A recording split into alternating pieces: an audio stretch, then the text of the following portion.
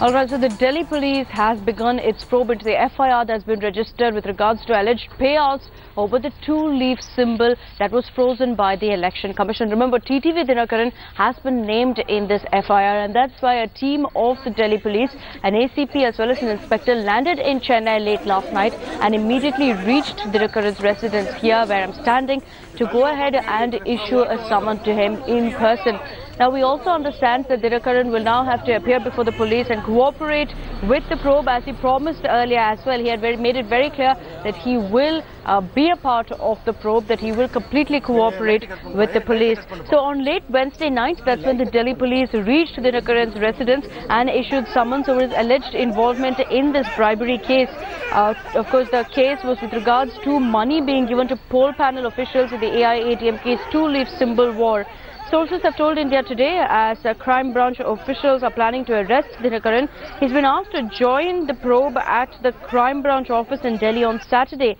Meanwhile, the AIADMK Deputy General Secretary assured that he will cooperate with the police and answer all its queries. Listen in to what he had to tell me earlier. Whatever may be, I will face it. Nobody has the power to hang me. Only, see, they can only put me behind bars. See, at the age of 30 itself, I have faced lot of cases. Till now, I am facing them boldly. And see, maximum they can put me behind bars. If it is my destiny, I will also face it and I will come out. What is that? Okay, so, Dinakaran has been in the eye of a storm for quite some time. So what really is this case about? What are the accusations against him? We break that down for you. Essentially, there are 5 accusations against TTV Dinakaran. Number 1, of course, that he bribed EC officials, or at least tried to bribe EC officials. This bribery was, of course, for that much contended two-leaf symbol of the AIADMK. Now, we also understand that the bribery was via a middleman. The plan was, of course, that TTV Dinakaran allegedly would pay about 60 crore rupees so that his camp can secure the two-leaf symbol. And we also understand that, going by what the FIR states, that already 10 crores was transferred to this middleman. We're talking, of course, about Sukesh Chandra, who's already in the police's custody. The money was transferred. 50 crores was yet to be given.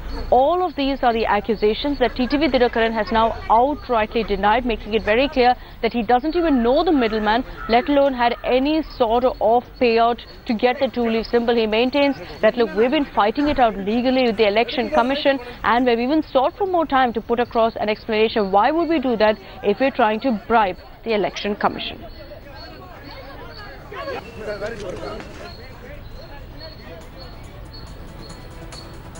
Alright, so the last 24 hours, no doubt, has been very eventful for TTV Dinakaran and possibly has put a big question mark on whether this is the end of his political innings. But even as we talk about those developments, when it comes to, of course, within the AIADMK, there's another storm brewing, and we're referring, of course, to the OPS EPS camps alleged merger. Now the question is, will this merger happen or not? Because talks are still on to find some sort of a middle ground. Each camp seems to have their own terms and conditions, their own demands.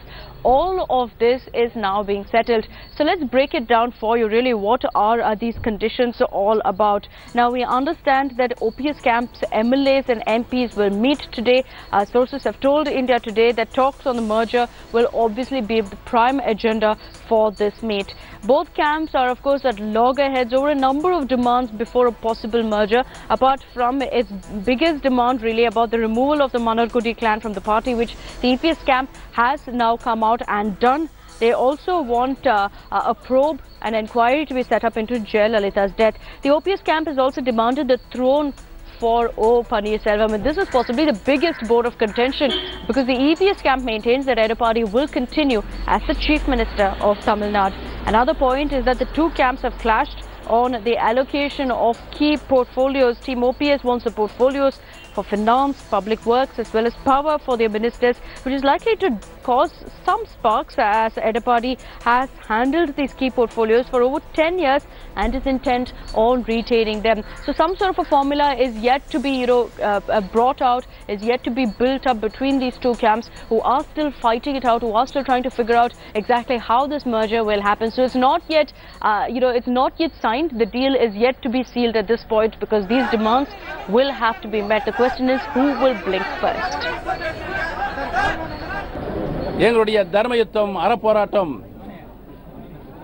உறுதியாக வலுப்பெற்று அனைத்து இந்திய அண்ணா திராவிட முன்னேற்றக் கழகம் தொண்டர்கள் இயக்கம் தான் என்பதை நாங்கள் நிரூபித்து காட்டுவோம் என்பதை தெரிவித்துக் கொள்கிறேன். இருதரப்பும் நாங்கள் பேசி தொண்டர்கள் விருப்பம் எதுவோ மக்களுடைய விருப்பம் எதுவோ அதுவை நடைமுறைப்படுத்துவதற்கு இருதரப்பும் உட்கார்ந்து பேசி முடிவெடுப்போம் என்பதை தெரிவித்துக் கொள்கிறேன். Alright, so the OPS camp will be coming together in a huddle today to really discuss exactly how far this merger will actually happen, to kind of discuss the kind of terms and conditions that they will set before they actually shake hands with the EPS camp. But you know, we've seen a lot of developments taking place over the last 24 hours, and if you've missed out on those, well, we've got you covered, not just of course with regards to TTV Dinakaran, but also about the fights that we've seen between the OPS and the EPS camp. But no doubt the biggest headline yesterday was from TTV Dinakaran, who not just had to appear in the Egmore court with regards to the FERA case, but also had a political storm that hit him out of nowhere. Here's a detailed report.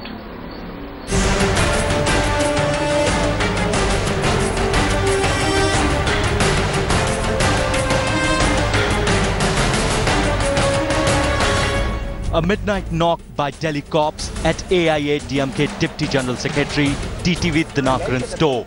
The Delhi police summons to Dinakaran just another round of late-night drama, capping of 4 days of churn in Tamil Nadu politica.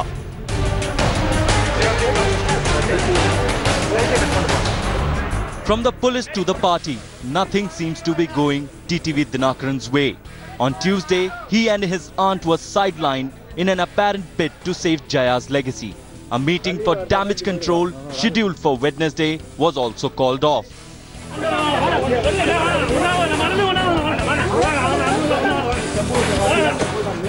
Some ugly scenes were also witnessed outside his residence, where a supporter tried to immolate himself.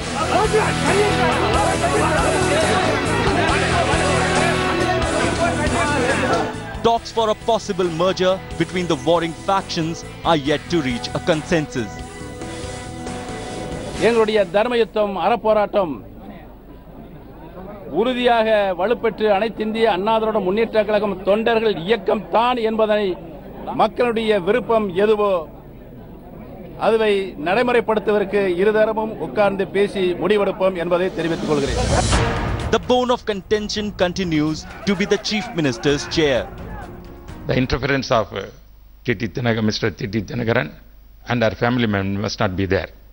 If that is the case, the people are said, if they satisfy this kind of decision taken by the party, I hope may Mr. Chennai also cooperate in this. Meanwhile, miffed over the decision of being ousted from the party, Dinakaran claimed that he is still an integral part of the party and he and his family is being targeted.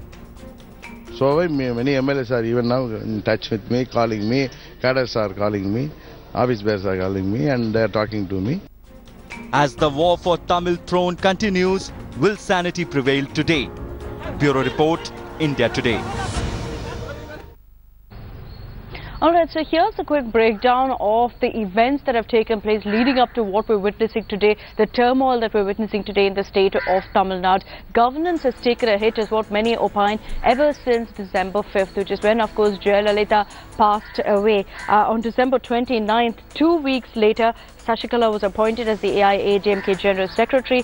On January 5th, 2017, O. Paneerselvam resigned as Chief Minister, making way really for Sashikala to be made the next Chief Minister. She was elected as a legislative party leader, and that's when really all the drama began, because 2 days later, on January 7th, O. Paneerselvam absolutely took everyone by surprise, saying that he was forced to resign On February 14th, 2017, after Jan 7th, we saw a month really of a lot of bickering, of two camps being formed within the AIADMK. But on Feb 14th was, of course, the big day for Sashikala. She was, however, convicted in the DA case and sentenced to 4 years in jail, thereby putting an end to her political career. On February 17th, 2017, E. Palanisamy was sworn in as the Tamil Nadu Chief Minister. Remember, we saw that entire Kuvutur drama. MLAs pledged their support to the Sashikala camp. The very next day, on February 18th, E. Palanisamy won the floor test in the Assembly. Soon after, for the next many months, we saw political bickering. We saw both factions of the AIADMK wrestling it out for power. But it was on April 7th, 2017, that the IT department conducted raids at the Health Minister Vijay Bhaskar's residence as well as offices. On April 9th, the Election Commission went ahead and cancelled the RK Nagar by-poll due to alleged payouts to voters in the constituency. On April 17th, Vijay Bhaskar was summoned by the IT department for the second time. On the very same day, the Delhi police also filed a case against TTV Dinakaran over an alleged bribery bid. Now, exactly on the very same day, in a matter of 24 hours, there were clear fissures in the AIADMK with the EPS camp discussing a merger with the OPS after he extended an olive branch. And on next day, April 18th, Sashikala and Dinakaran were ousted from the party. Yesterday, we saw the Delhi police issuing a summon to TTV Dinakaran. He will now have to appear on Saturday to cooperate with the probe.